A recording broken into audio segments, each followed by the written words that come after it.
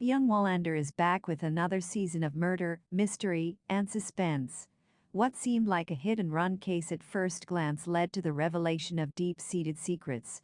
Kurt Wallander, in Season 1, had decided to quit the police force after the death of Hemberg.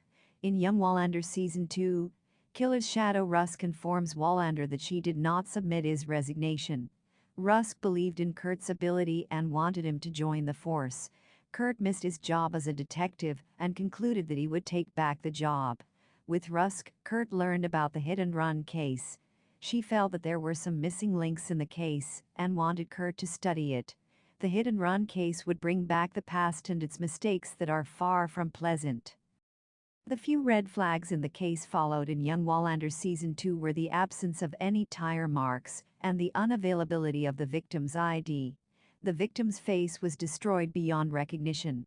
Kurt started asking around about the victim, and this was when he met Katja Nilsson, a young girl who worked at a restaurant. The moment Kurt tried to interrogate Katja, she ran away from him. But eventually, she informed him about the night's incident. That night, Katja met the victim, Anton, who had borrowed a cigarette from him. The two planned to grab a drink and walk towards a club through a narrow alley. This was when a fast-approaching car ran over Anton as he pushed Katja to the side and saved her life. Since it was dark, she could not identify the killer, but she did remember the car he was driving. It was an old, dark-colored sedan. The tech team was able to retrieve the victim's phone and managed to gather a few crucial pieces of information. The victim's name was Anton Nyberg. He was born in 1997, was unmarried and lived on welfare. They provided Kurt with his address, and he reached the victim's place to find a man who was in search of Anton as well. The man ran away as soon as he realized that Kurt was a policeman. The case got further complicated when the ministry unveiled Anton's real identity. Anton was living under an assumed identity. His real name was Elias Fager.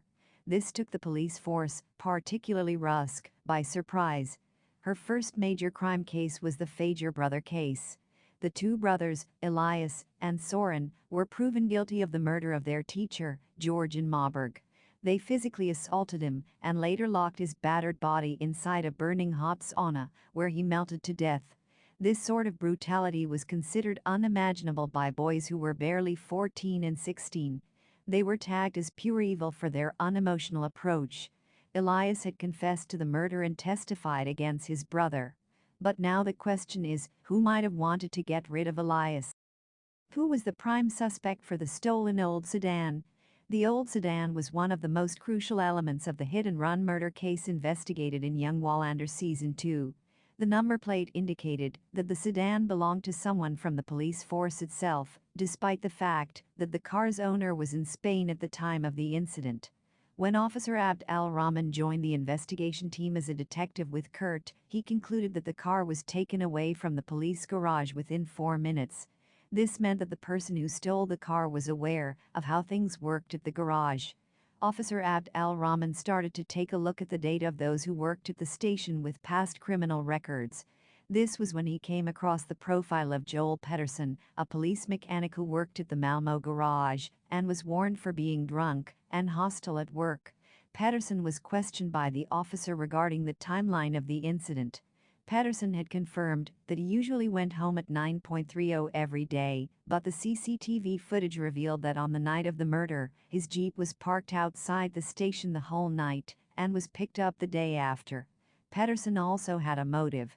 He had applied thrice to the police academy, but was rejected each time. He was a reservist who served in Afghanistan.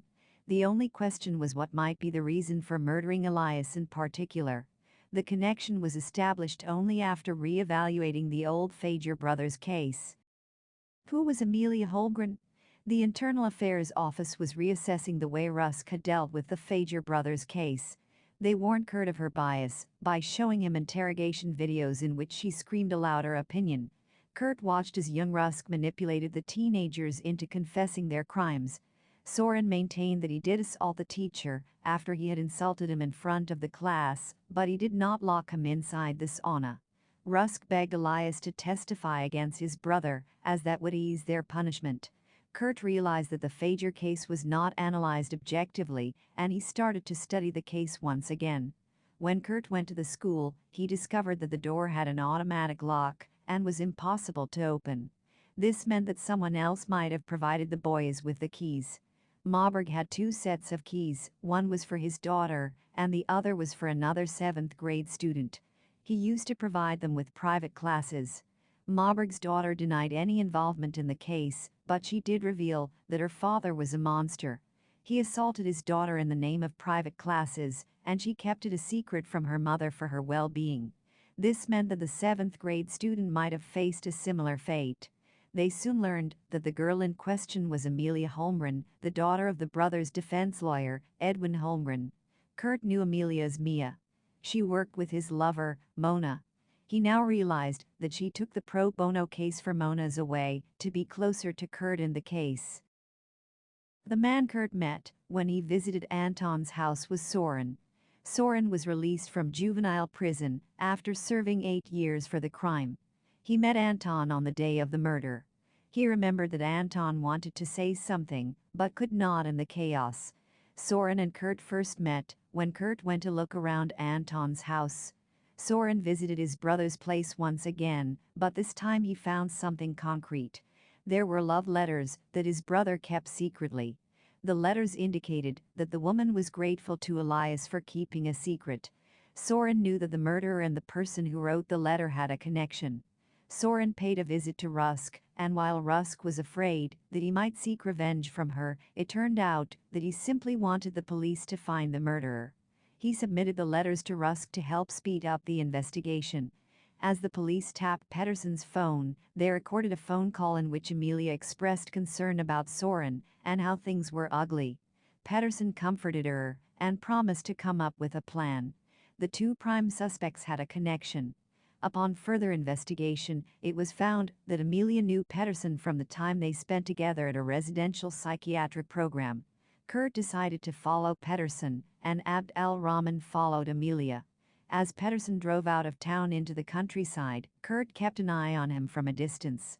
Meanwhile, Amelia spotted Soren in the parking lot and ran away from him, later texting him to meet at a specific location. And Soren drove to the location. Rusk followed the instructions of Abd al-Rahman to reach the spot. Soren reached the location. It was the same farmhouse that Pettersson had entered a while back. Just as soon as Soren tried to leave his car, a shot was fired by Pettersson. Soren realized that it was a trap to get rid of him. He ran as fast as he could. Pettersson followed his target. Kurt and Abd al-Rahman tried to close in on Pettersson from two ends, but Abd al-Rahman was struck by a panic attack. He collapsed on the ground.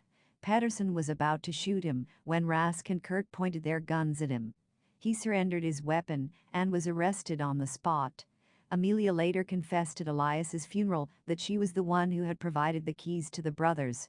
After assaulting Moberg, Soren had a blackout. Amelia and Elias carried him out of the room. It was at this moment that Amelia saw Moberg cry for help from the sauna. She locked the sauna door to make him suffer and pay for his wrongdoing.